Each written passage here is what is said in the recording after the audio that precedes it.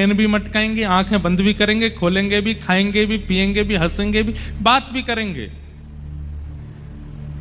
बस करना इतना है कि ठाकुर जी के प्रति सत्य भावना रखो। सत्य भावना रखोगे, ठाकुर जी चैतन्य हो जाएंगे, और जैसे ही ठाकुर जी चैतन्य होंगे जीवन में आनंद आ जाएगा।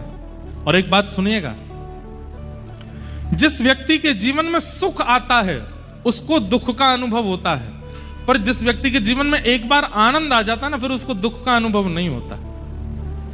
हमारे वृंदावन में सुख नहीं है, वृंदावन में आनंद है।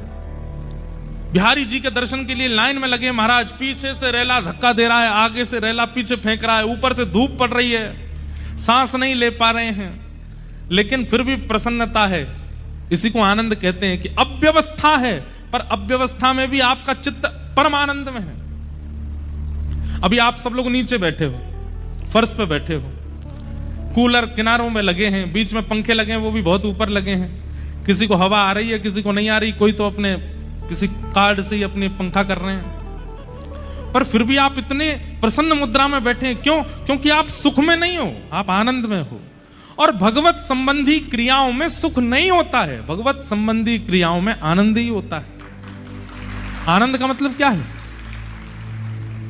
अव्यवस्था में भी जो हमें प्रसन्न करता है उसे आनंद कहते हैं। जहां बहुत व्यवस्थित नहीं है फिर भी हम प्रसन्न हैं, उसे आनंद कहते हैं।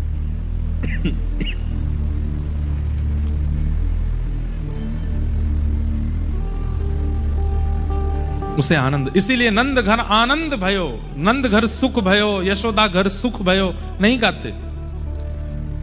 सुख संसारी वस्तुओं से मिलता है। गुलाब जामुन सुख देता है, रसगुल्ला सुख देता है, समोसा सुख देता है, पर अति में अगर रसगुल्ला खाओगे तो दुख देगा, इसलिए वो सुख ही है, आनंद नहीं है। अति में समोसा खाओगे तो दुख देगा, अति में रसगुल्ला खाओगे तो दुख देगा।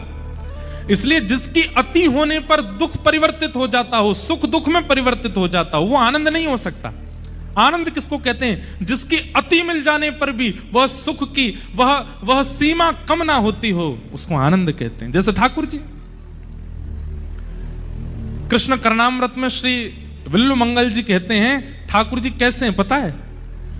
जितनी बार आप पलक झपकोगे और पलक झपक के दोबारा खोल के देखोगे, पलक झपकने से पहले जितने सुंदर थे, पलक झपकने के बाद और सुंदर ठाकुर जी लगेंगे, फिर पलक झपकोगे और सुंदर हो जाएंगे, फिर पलक झपकोगे और सुंदर हो जाएंगे। ठाकुर जी का अब किसी लड़के ने अपनी माता